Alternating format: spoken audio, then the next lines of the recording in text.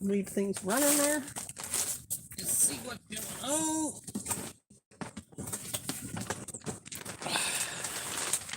Well, that back corner's a mess. I'm gonna go fix that real quick.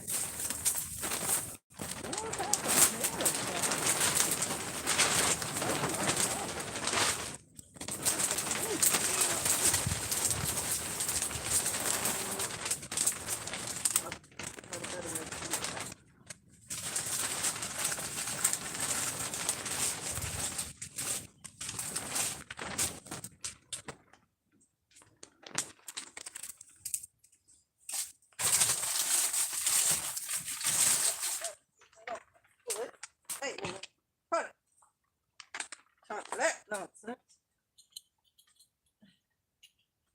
Right here. Looks like I popped it off. That's a bag on wind whipping, I'll tell you that much. Yeah, it was. Still is.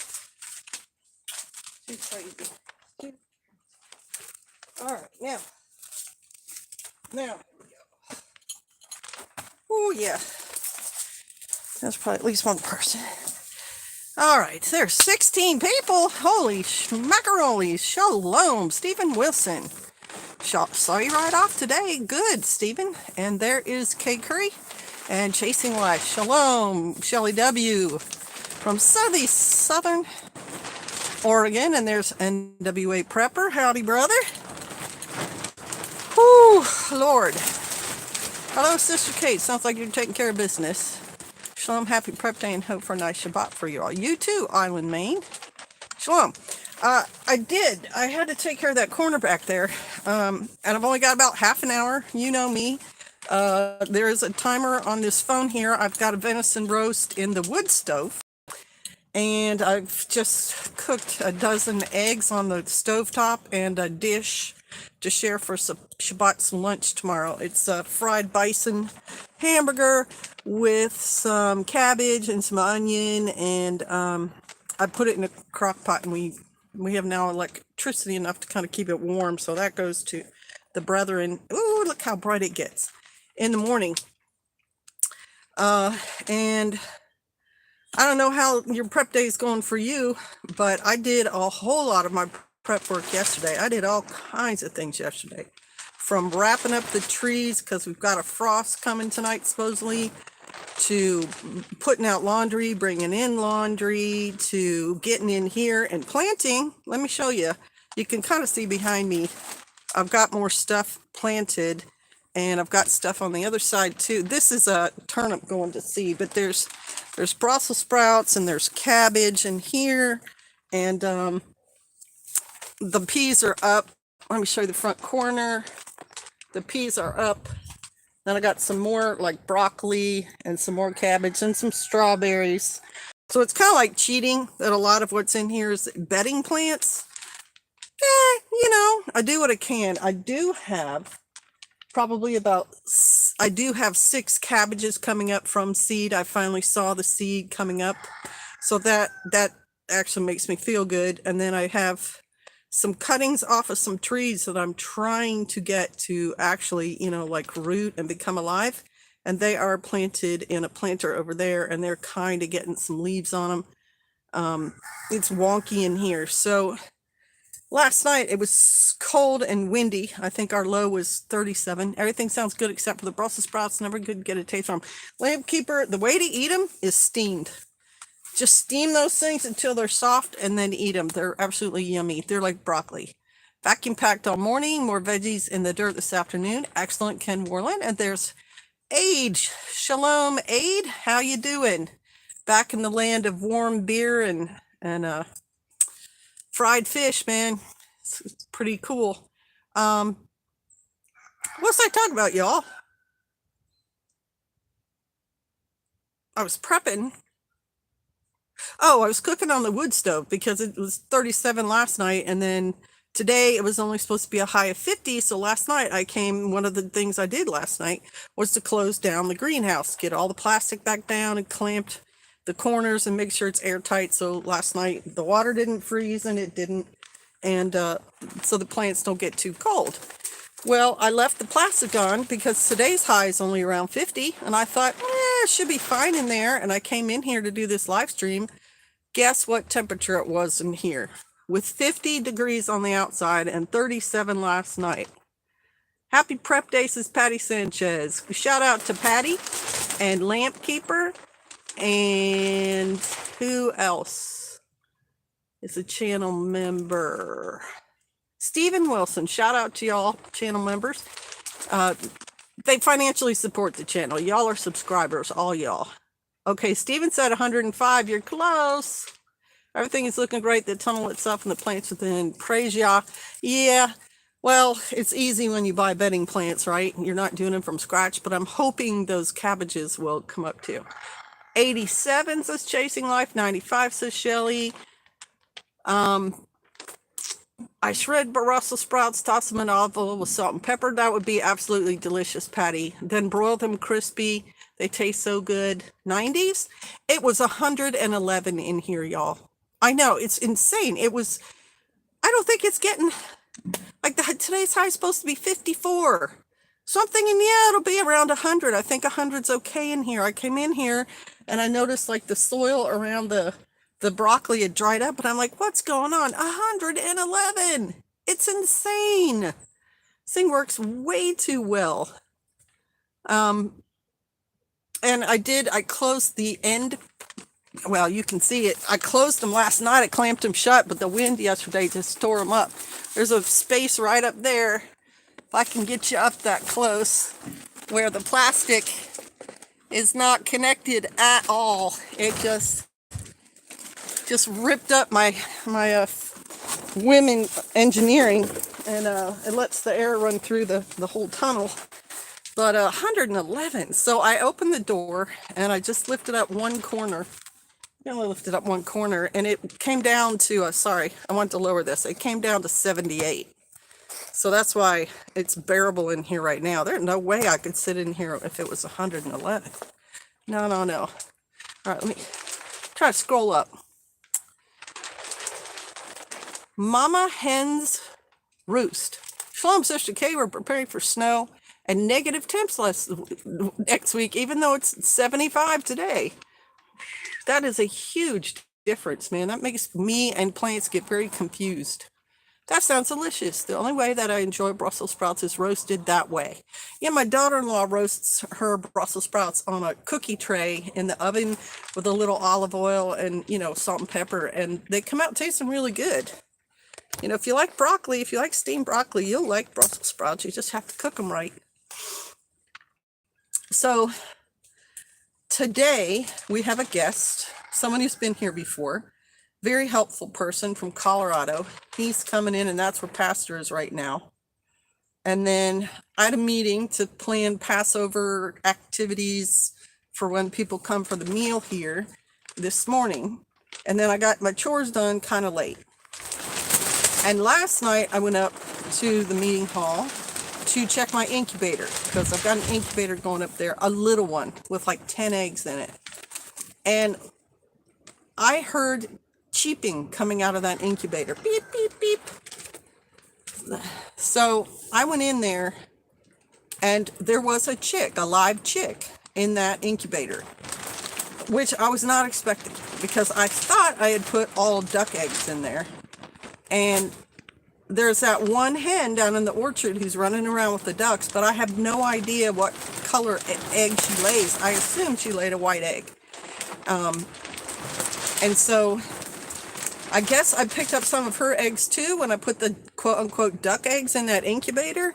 And the chicken eggs are going to hatch at 21 days. The duck eggs are going to hatch at 28. So this little chick had hatched out, and I checked the incubator every couple of days, but the last time I had checked it was like 2 or 3 days before, because I'm so busy. And so I get up there, and here's this cheep. And so I open it up, and there's a live chick, little black chick in there. Cute. Oh my gosh, so cute. And just talking away. As soon as I started talking to it, it's cheeping back at me. Beep, beep, beep, beep, beep. So I picked it up, and I stuck it in my pocket. And there were 2 other eggs that, one was very desiccated, so it might have been a duckling that was hatched, but they have to have a lot of moisture. And I couldn't really recognize what it was, but it had cracked. And then the other thing had a membrane. The egg had cracked, but the membrane had been across the egg, and it was so hard I couldn't even break it. So I'm sure what happened was they hatched and the moisture content just wasn't high enough, because I didn't check it those 3 days. I wasn't expecting anything to be hatching then. So I went up there today and I stopped the turner from turning the eggs, and I upped the moisture to, closer to 80%, because that's what you're supposed to have when ducks hatch. And I'm hoping that I'll get at least one duckling over the weekend. The time frame for them to start hatching up there is today through Monday. And I'm hoping I've got at least one. I mean, this is the first time I've tried doing ducks, and I did follow the directions pretty well on the incubator, but I'm not as adept at ducks as I am as chicken. So, fingers crossed, I'll have some little ducklings coming through this weekend. All right, let's see what we got now. There's a laugh out loud. That is pretty funny. That's exciting. Oh, little baby chick in your pocket. Yeah, oh, and the other half of that story, it's starting to heat up in here. Let me see what. It's back up to 84 in here.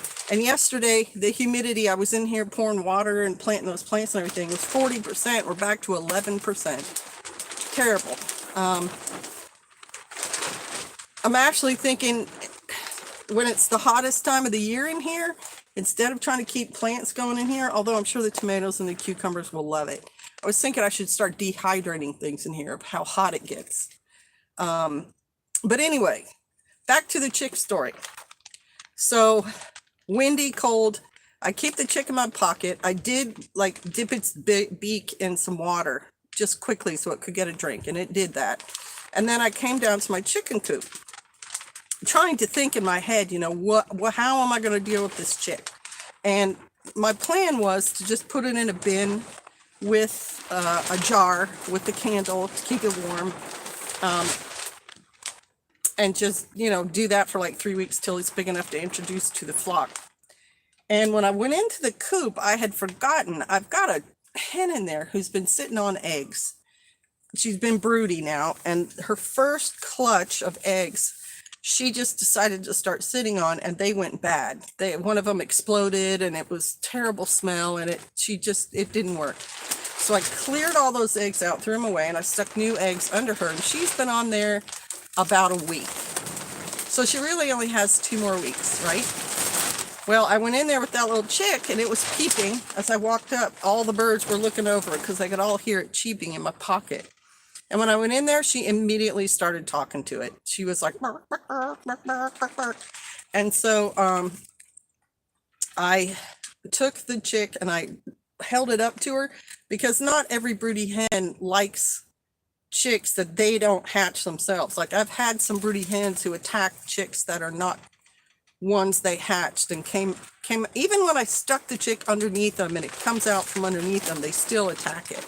Well, she starts talking to it right away, and so I put it down under her, and she lifted her wing up and it went right underneath. And I thought, okay, good. That took that responsibility off my hands, because I know how to do the thing where you've got them in the bin and water and this and that and changing it, and I would have done it. But for one little chick, it probably would have been more a pain in my rear end than it would have been worth, but I'd have done it. But with this mama do it, then that's no skin off my nose. I should just show her to you. I guess I could walk over there. But then the reason I'm doing the live stream inside is because it's so windy out there and I don't have a mic. Anyway, she was in an upper left corner of all the laying boxes, and she had her nest built up around her. And so last night at dark, I went in there and I moved all the eggs out from underneath her, and I put them in this little kennel that I stuck inside the coop, and with hay under it so it's comfy. And then I picked her up, she's all spread out and everything, picked her up, and the chick was in her feather somewhere, I could hear it, and put her inside that coop with the little chick, and she settled right in. Excuse me. And I put a little water and some food in there for her, and for her to show the chick. And then this morning, I went out to check because it was cold here last night. Went out to check, brought more water, brought more food. Chick's fine. She starts drinking water. She starts eating food. She starts talking to it to teach it, this is what we're eating and this is what we're drinking. I'm not even going to worry about it. She's got it under control. And probably what's going to happen is she's going to mother that chick for the next 2 weeks, because some of them, they'll hatch one and get up and start momming it, and they leave the whole rest of the nest. Just the way she's acting, she's probably going to sit on those other 4 or however many eggs she's got in there for the next 2 weeks and hatch them out. And then the whole group, I will probably let out. Yah willing, nothing happens to them bad in there. So that worked out really well. And then there was something else y'all said that there was something else I was going to talk about. Let's see. There's Grace Acres. Sorry I'm late. I just put my second batch of chicken in the canner. Good job. Little baby chick in your pocket. Ducklings, not chicks. No, I have chicks. That little thing is a chick, but the ducklings are still in the incubator. I watched the video Pastor sharing on Patreon and based off of what they said, how they behave. I think I'll go with ducks instead of chickens. Well, and it's oh, somebody donated money. Thank you so much. Whoever you are, I didn't see that come up in the comments. Well, thank you. That's very nice of you. Oh, there it is. Ken Warland. Thank you. Little Chick Fund. Laugh out loud. Oh, that's cute.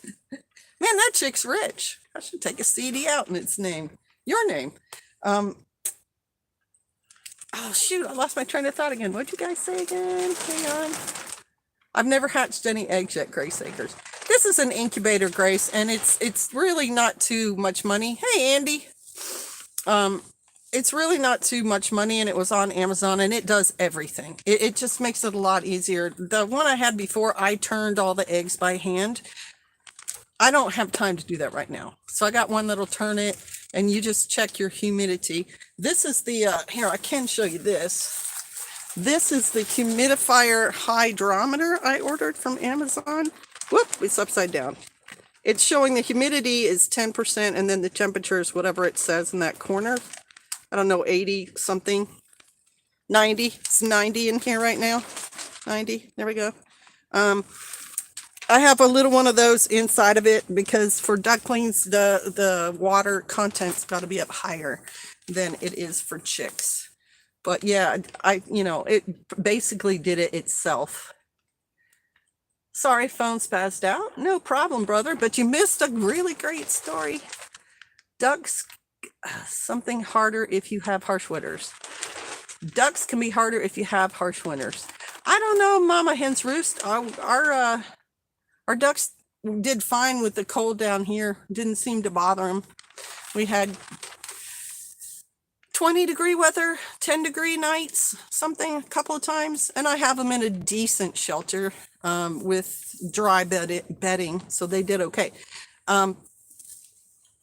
Now, something that did pop up lately with the ducks, which, yeah, it is on me. 90. I don't know if I want to open it up a little bit more because I'm going to have to close this place tonight because it's supposed to freeze. The ducks, 2 of my ducks, my older ducks, have this white foam in their corner of their eye. And someone else in the congregation had that happen in her flock, and she's been having a time of it. She lost 8 birds so far. So I went online, I Googled that, and it said it's a pretty common problem. It's bacterial, and it's related to the water they drink, but also like keeping their sinuses and their beak and everything clean. And I am having not real issues, but I have less water for them down at the orchard right now because the bigger pond that they have inside the orchard, I had 3 layers of plastic in there, and that pond that's outside of it had no plastic on it, and it just kind of naturally formed. So I decided, I'm tired of the plastic. It did its job, but it's ugly and it's getting torn up, and I'm going to take it out, and hopefully with them doing whatever they do in that pond area, they will seal it up and it'll start to hold water. So right now it's pretty messy and dirty, and I have changed their water out in some of the bins, but I don't change it a lot because I figure a pond doesn't get its water changed. Like it's the same water. It gets rain in there and then whatever. And then also their bedding, like I was keeping dry straw in there for a while, but I'm out of dry straw right now. I need to go get more. So what you do for the eye thing, sorry, I dropped something. What you do for the eye thing suggested was vinegar in the water, and you clean their eye because it's the whatever infection they have, it's coming out their eye. Don't ask me why. So you wipe that off, clean their eyes twice a day, put vinegar in their water. And I interpret it also, you know, I'm giving the sick ducks fresh water each day. I made another bin out with all their other bins with some fresh water today, but none of the younger ducks seem to be showing the symptoms. And you kind of isolate the ones with the bacterial infection until they get cleaned up. And then I took Simple Green, which is a, you know, sort of a biologically friendly cleaner, and I sprayed down their bedding and I threw some more leaves in there. And I'm hoping that will suffice until I get more straw. And one of these days, as it gets hotter, I'll probably just, you know, muck the whole thing out and compost everything. I did that last year, but I don't do that like every week because it's a lot of work and I don't always have the time or the energy to do the whole big thing. So that was something that's been going on with me. Okay, let's see. Glad it's working now. The alarm is going to go off on this phone, which means I have to go in and get the venison roast out of the stove. So that is when the live stream will be over.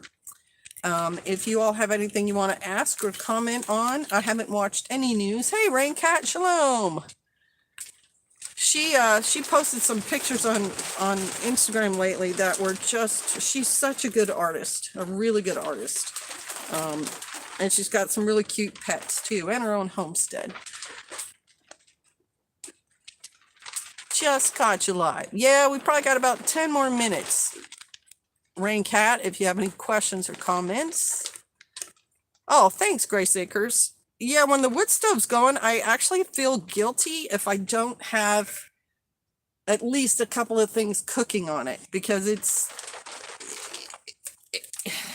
the stovetop itself is big enough to cook like 6 dishes if I had them all planned, but with just Pastor and I here, that's too much food. Like he and I don't need that much, but I did boil the eggs, cooked the Shabbat food, and then I thought, I should do something more.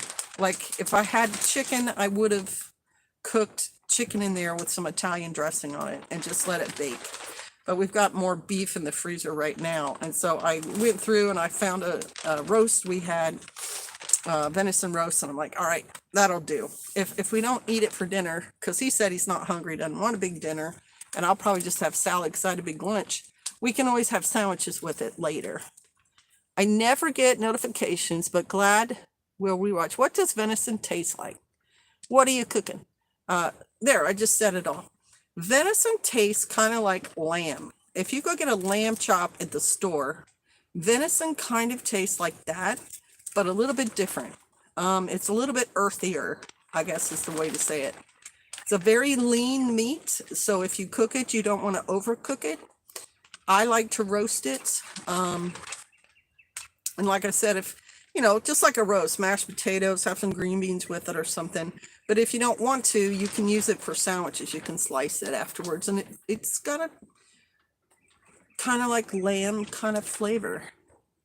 Let's see what else. Hello and blessings from Central Texas. Beautiful day here. I have 2 of my hens sitting on my lap and I have work to do. I roast goat like I would venison. It tastes like it. Yeah, I think I like goat curry best. Let's see.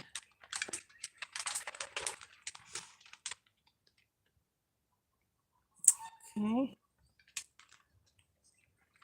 Glad I caught your live stream. I've been so busy doing the things. Hey, Caleb. Yeah, it's been a while. I never get the notification.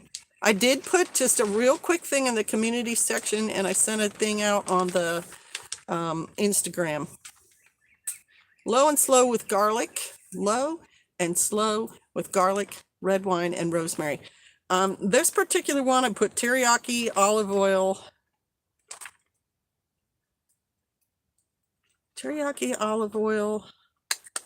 some red wine, and some water.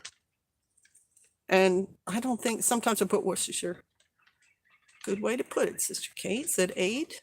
Can you freeze butter? Yes. Yep, I've got butter in my freezer right now. I learned that from my daughter-in-law.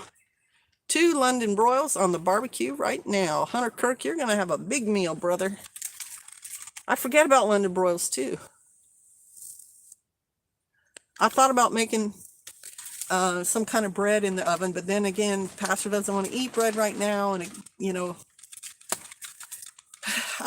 when you're just cooking for 2, it's not the same thing as cooking for 15. All right.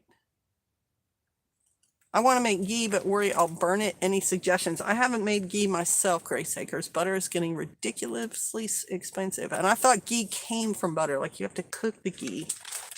I fry venison medallions with a local seasoning until they're caramelized. So good. Yeah, someone fried us some venison also once, like medallions, and he did the typical bread it on each side and just saute it, and it was really quite good too. Oh, I found it. Was watching something on YouTube and didn't see it. You are roasting a chicken. Yep. And my daughter-in-law did venison Wellington once, where she wrapped it in the pastry dough and baked it. It was really, really good. Very tender that way. All right. Melt butter on a low heat gently. It's easy. Raincat says it's easy to make ghee. Melt butter on a low heat gently. There you go. Yeah. And you can can them both. I think you can can butter and ghee. I haven't done it myself, but I can. Lots of YouTube videos. Can't you make ghee in a crock pot? I would think you could. I know you can do yogurt in a crock pot for the same reason. You can make the temperature low and, you know, it's pretty consistent.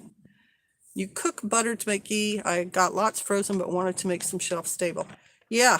There you go. I found a great sale on butter and had a coupon, so I bought so much that it's taking up too much freezer space. I need to make ghee ASAP to make space. Yep, that's what my daughter-in-law does too. She goes and buys it on sale and gets like 60 pounds at a time, and then, you know, puts it in her freezer, and then she does a lot of just baking, so she uses it that way. Yes, it's simply the oil of the butter. You're separating the solids from the oil, which is kind of what you're doing when you put rennet in milk and it separates. You're getting curds and whey. Interesting on the crock pot. Yeah. Canned ghee will last for years. Well, and most canned stuff lasts at least 7 years. It just starts to lose nutritional value. Oh, I know we're going to run out of time here shortly, but I can tell you guys some wild edibles because they're growing right now under my feet. So here's one right here, clover. Just regular old clover. You can put this in your salads. It tastes like grass. Edible.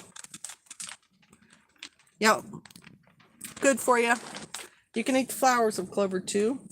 Then there is, well, I showed you the turnips. That would be cheating. Turnip greens growing behind me. They're going to seed.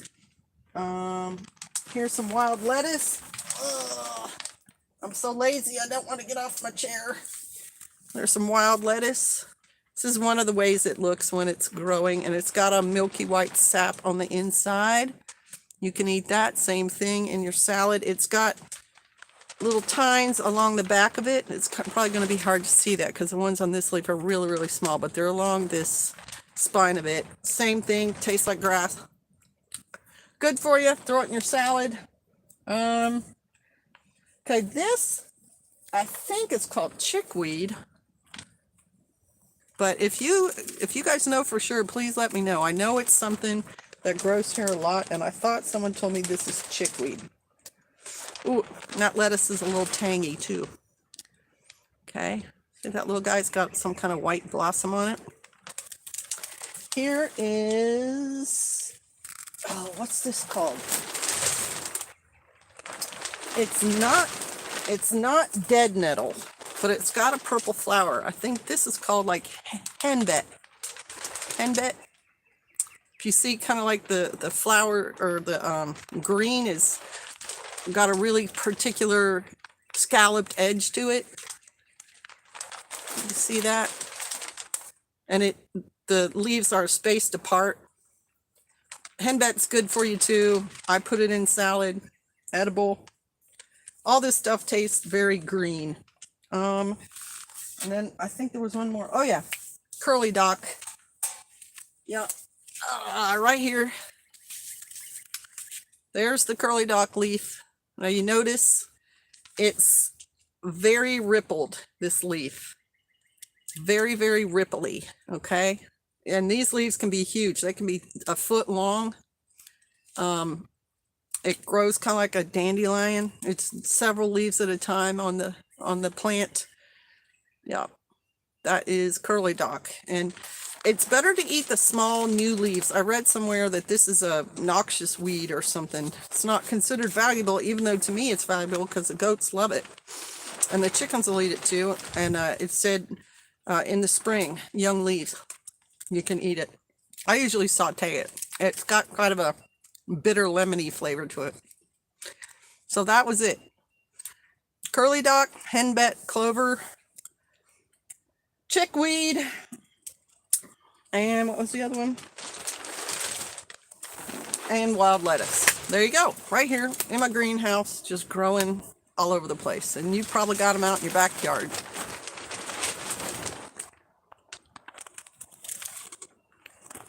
Okay. Ramps. Oh yeah. The wild onions. Hang on. I may have had, I thought I had, yep. Okay, I think the ramps that I have are growing right here under, I've got a thing of potting soil right over there. Let me see if I can pull one out. I think I've got some in there. Yep. Ugh. Can you hear things creaking? Because I feel creaky today. Yeah, right here. Looks like a regular onion top, at least I think they're wild onions. I've heard them called the ramp thing. Really like a blue-green color, and looks kind of like an onion when it comes up. Smells kind of like an onion too. Yeah. Tastes kind of like an onion. Yeah, got them too. Woo! That's strong. Okay. Well, folks, that's the alarm. I need to go take care of the venison roast in the wood stove. Shalom. Happy prep day to everybody. It was good seeing everybody. Thank you for the donation, Ken Warland, for the chick fund. I am going to batten down these hatches again for tonight's cold weather. And everyone have a great shalom, Shabbat shalom. Yeah, peaceful time. Having your weekly rest and spending some time with the Father. Passover in a week. All right, y'all. Plantain is good for bug bites. I sent to Sister Kent. Yep, I have that ointment, which she will use someday. You've got a salad to go with the venison. I sure could. Ramp bulbs. Chives? They look a lot like chives. Yes, very similar. Raincat, if you don't get some ramp bulbs from your thing, get back with me and I will send you some of the walking onion stuff if you want it. It's really cool to just look around and find wild edibles. I like it too. Nettles. Dead nettle. I've got dead on a nettle outside. All right. Shalom, y'all. Shalom.